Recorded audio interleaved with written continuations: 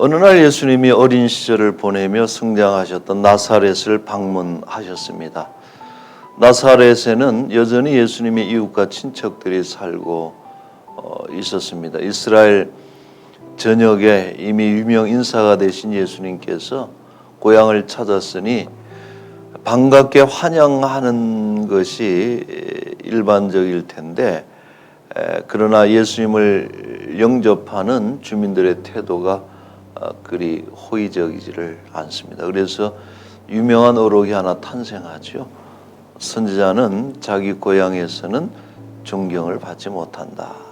왜 그런 일이 일어났을까요?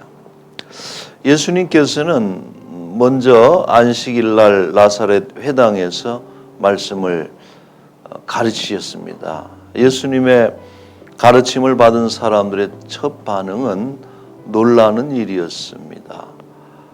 나사렛 사람들은 예수님의 가르침에서 권능을 발견했습니다. 이것은 일반적으로 예수님의 가르침에 등장하는 특징이기도 하죠. 권세 있는 가르침입니다. 그러나 그처럼 놀라운 권세 있는 말씀을 들었지만은 그들은 그것을 예수님에 대한 믿음으로 연결시키지 못했습니다. 믿기는커녕 오히려 예수님을 배척하였습니다. 이러한 나사렛의 불신은 예수님께서 능력을 행하시지 못하도록 만들었습니다. 이 말씀은 정확하게는 행하실 수 없다는 뜻이 아니고 행하지 않으셨다는 의미입니다. 왜냐하면 하나님의 능력은 믿음에 반응하시기 때문에 그렇습니다. 이것은 일종의 하나님이 세우신 하나님의 능력 사용법의 원칙과도 같은 것입니다. 하나님은 믿는 자들에게 하나님의 능력을 행하시는 것으로 원칙을 정하셨습니다. 그러므로 나사렛의 불신앙은 예수님의 능력을 멈추게 하였던 것이죠.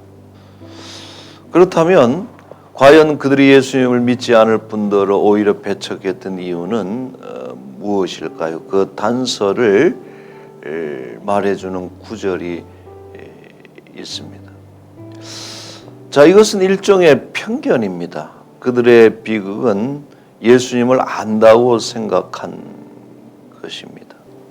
그러나 그들이 알고 있는 것이라는 것은 단지 예수님이 마리아의 아들이라는 것이고 야고보, 요셉, 유다, 시몬의 형제라는 사실이고 그들이 기억하는 여인들의 오빠라는 지극히 단편적인 내용에 불과합니다. 그분이 어떻게 탄생하셨는지, 성장하면서 어떤 내면의 변화를 겪으셨는지, 또 결정적으로 세례를 받으신 후에 어떻게 변하셨는지 그들은 전혀 알지 못합니다. 안다고 생각했기 때문에 알 수 있는 중요한 순간에 귀를 막고 알려고 하지 않았습니다. 때로 익숙한 것은 새로운 것을 아는 것에 장애가 될 때가 많습니다. 특별히 편견이라고 하는 것은 사람을 과거로 묶어버리면서 미래를 닫아버리는 결정적인 문제가 있습니다.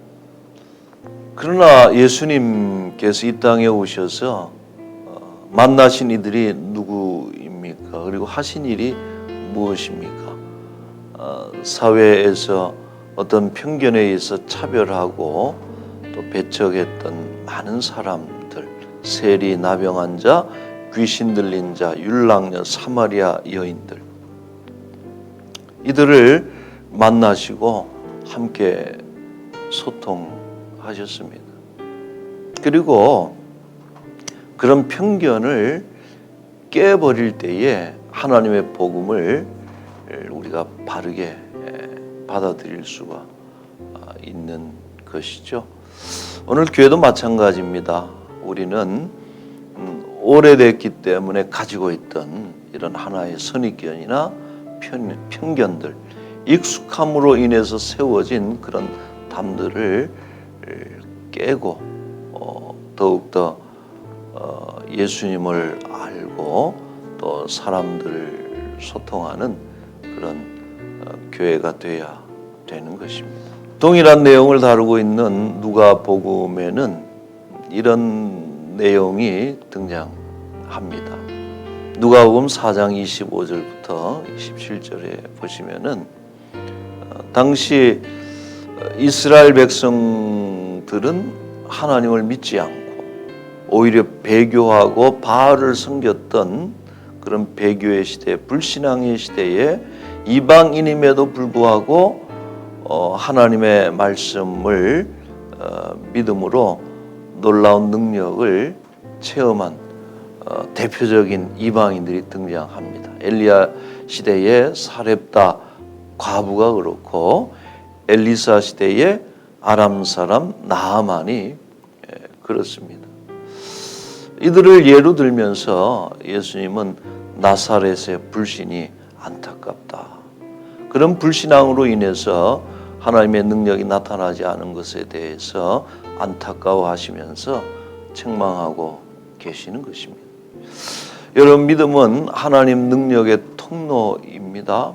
우리는 익숙한 것을 조심해야 되고 안다고 생각하는 말씀들을 특별히 우리는 경계해야 됩니다. 그리고 너무나 익숙하기 때문에 스쳐 지나가는 것들을 조심해야 됩니다. 늘 하던 그것을 오늘 또 하더라도 새로운 마음으로 간절함으로 믿음으로 하게 될 때에 놀라운 하나님의 능력을 우리가 체험하게 될 줄로 믿습니다.